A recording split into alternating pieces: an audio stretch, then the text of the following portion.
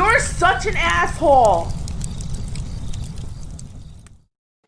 Hello, children. All right. Got an interesting request. I'm going to anonymize some things because he's given me enough information. We don't want to identify him. Dear Aaron, I'm a young man living in a town. I dropped out of college because I didn't know what I wanted to study. Smart move.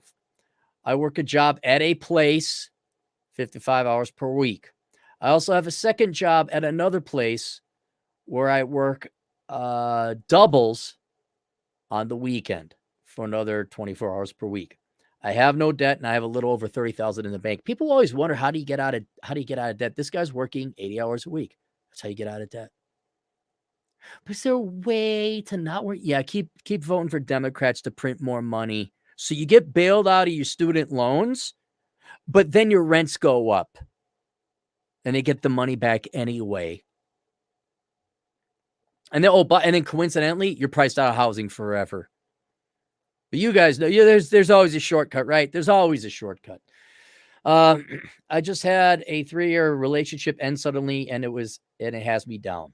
While she gave no specific reason, I'm led to believe that my work schedule became too much for her. Well, and that's sad because there's two types of girls in this world. There's always going to be two types of girls. Girls that support you during those tough times and like help you out and run you food. Because I was there, man. Guess how many women ran me food? Guess how many women supported me? Guess how many women are like, I'm going to give him regular sex. Maybe PJs. Because I need to support him. Oh, no. I mean, not one. Not one. And you know what? You dodged a bullet there because it really was all about her.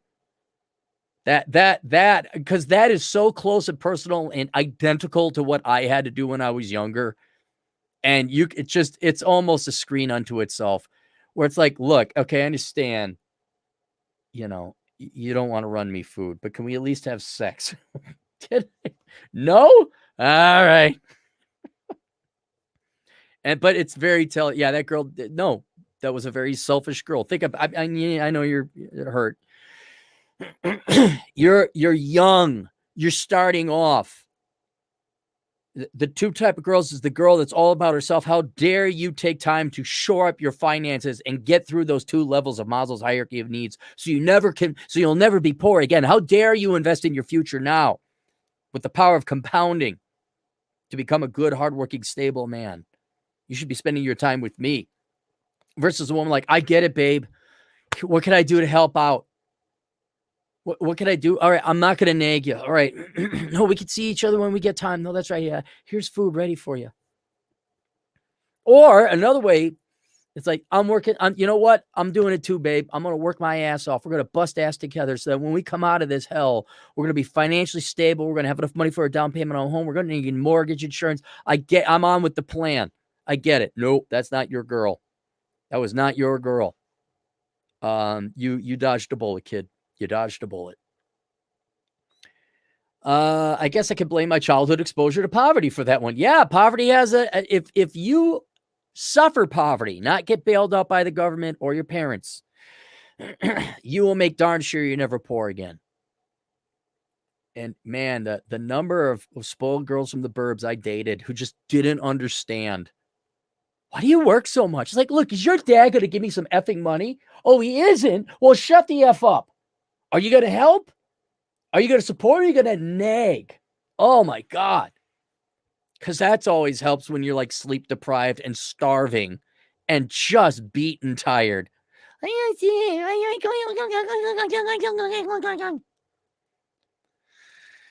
Sorry, man. Yeah. My company offered me a job as a software guy in a place. I signed the letter at the beginning of a time and have not started. This is several months ago. They gave me a weekly assurance that I would be out of my current job, but we are so understaffed. They're lying right to my face every time. They even gave me a start date, which has passed and nobody said anything. My family and friends live in a different part of the country, and I only moved to this place for the girl. Oh, wow. I only stay at the main employer on the empty promise that someday I could land a job while foregoing college. I have a month-to-month lease, and I think I should get out of this area. Should I stay on this grind, suck it up, and keep saving money and hope this employer keeps their word someday? or should I look to get out of the depressing area I'm in and make a move to a southern state? I've also considered just staying here, but taking spring and summer to travel around the American Southwest to see which states might be best. The only state I've been to outside the area I'm in now is Colorado. Yes, it's beautiful, but also liberal. I'm not sure about that. What are your thoughts and suggestions? Sorry for the long message. All right, first, buddy, to save you more money than you spent on God almighty, I used to have books around. Here we go. To save you more money than you've spent on my advice, you need to get this book, Reconnaissance Man. Buy the physical book so you have the maps. All right. And this will be the routes you take and plan. So you save yourself at least $500 in gas and at least $1,000 in lodging. All right. So please do that. But yeah, absolutely, man. You quit your job. If your employer lies to you, you leave. You leave. Like you're like, hey, wasn't I supposed to get promoted this day? And oh yeah, about that. You don't give a 2 weeks notice. You take your camera out, you film it, like, okay, I quit. And then you walk and you have that video proof that, like, nope, I quit. Because then they can, well, we fired him. Nope, I quit. You don't give them a 2 weeks notice. They lied. They lied. And you push them up bleep crick because especially now, you got employers on the ropes. So few people are willing to work. And there's so much government money, people aren't working. So many people live at home that even though I don't like that laziness and sloth, corporate American employers are scum and they need to be punished. And they are so desperate right now for just basic people to show up. You're going to cause them a ton of damage. You leave. And you got enough money? Yeah, man. You don't want to do. Now he's in the northern half of the country. You don't want to be in the north in the cold? Leave. Yes, absolutely. I'd go back home. Here's what you do. You walk in, you quit at the main place. You go to the restaurant that you work at and you say, I'm giving my 2 weeks notice. All right. And then I hope you have Christmas off. All right. So you go visit your family for Christmas. Come back, okay, finish up at the restaurant. And then after you go south and you get this book, Reconnaissance Man. You figure out and you study that now. You study like right now, like the first thing you do this upcoming Monday is you walk in and you quit that job. You don't give a 2 weeks notice. You quit that job. Now, if they say, well, why? You say, I'm not telling you. That will be a consultation fee. You don't tell them. Just say, I quit. Why? I'm not telling you. You could pay $1,000 to figure that out, to find that out. You must film it, though. You must, because otherwise they're going to try and screw you over. And then I predict there'll be a but, well, okay, oh, just get a JL, No. Bye. I'm leaving because you can't trust that company at all. They're either so mismanaged that they got to keep lying to you and never promote you, or there's some sadistic asswipe who is lying to you because they get off on it. You don't, even if you got the job that you wanted to be promoted to, you would not want to stay at that company. Nope. Goodbye. Bye-bye. And what is more important for your long-term financial success is to figure out where you want to live. You got the money, you got Christmas, all right? You quit the main job, you put in your 2 weeks notice, spend some time with Christmas with the fam, go back, finish off your 2 weeks at the restaurant, then go back, hang out with the fam. I want you to do some planning, which you could do that once you quit your main job, you'll have time to go ahead and do the research and figure out. And then I want you to come up with a plan and you treat yourself. You got 30 grand in the bank, buddy. You go treat yourself to whatever southern area you want. The Southwest is very nice. Don't bother with Colorado. Too many mountains, too much snow. Up in those passes. I'd be doing Arizona. Avoid all of New Mexico. Las Vegas is nice. All right, you got that.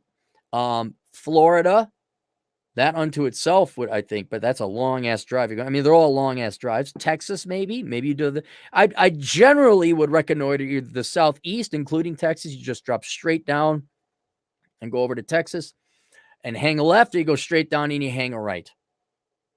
All right. So either Arizona, Nevada, or Texas, Alabama, I did Texas, Tennessee, Florida. One of those two general areas, but there's more in the book. You can figure it out. anything north of mid Oklahoma is just going to be too darn cold. Just going to be too darn cold. And sleep out of your car, all that, it's all in the book. But yeah, no, nobody. I had one employer lie to me. Bramer Bank, still in business. Surprise, surprise, they didn't become larger over the past. God, that was 30 years ago I interned over at them. Surprise, surprise, when you lie to your employees, you're lying to other people, and your policies, your business policies, don't lead to economic profits or growth. And Bramer Bank, I don't think they've added a branch in 30 years. But I remember when I went there, like, oh yeah, we're going to have you do some accounting and stuff like that. Like, so here I am dressed up in a suit. Oh, stupid young Cappy. And all they had was have me file. And like, I did that for a week. I'm like, oh yeah. We'll have you. Oh, we'll have, and then it was just like data entry. I'm like, okay, bye. What? No, you absolutely, they lie, you leave. You don't owe them a 2 weeks notice. They're totally screwing you over, man. You walk away, and you don't even put them in. You worked at the restaurant. Okay. That's what you put on your resume. Because the job you got at the current place ain't that big. It ain't going to lead to anywhere. It just isn't. It's not like, it's the equivalent to working fast food. Ain't no one going to care about it. And you're so young, it won't matter. But there you go, buddy. With your girlfriend, I can't handle it. You're not around here to serve me. Thanks. Help. Help, please.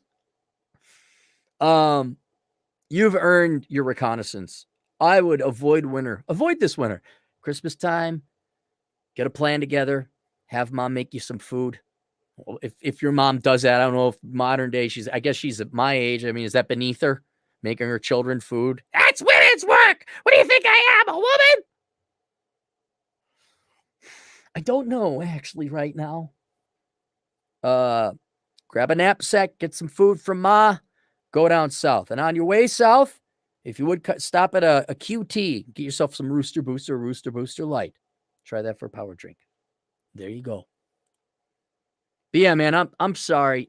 That sucks. That sucks. I know exactly what that's like. 80 hours a week. No, everyone's lying. No one's helping you. No one gives a rat's ass about you. Oh, that's gotta suck. That's gotta suck. Let's go to the super chats. Any super chats? We got one. James McCullough, $5 Canadian. Merry Christmas, Cappy. Thank you, James. Thank you very much. Appreciate it. Have fun up there in the north. That's it. See you guys later. Toodles.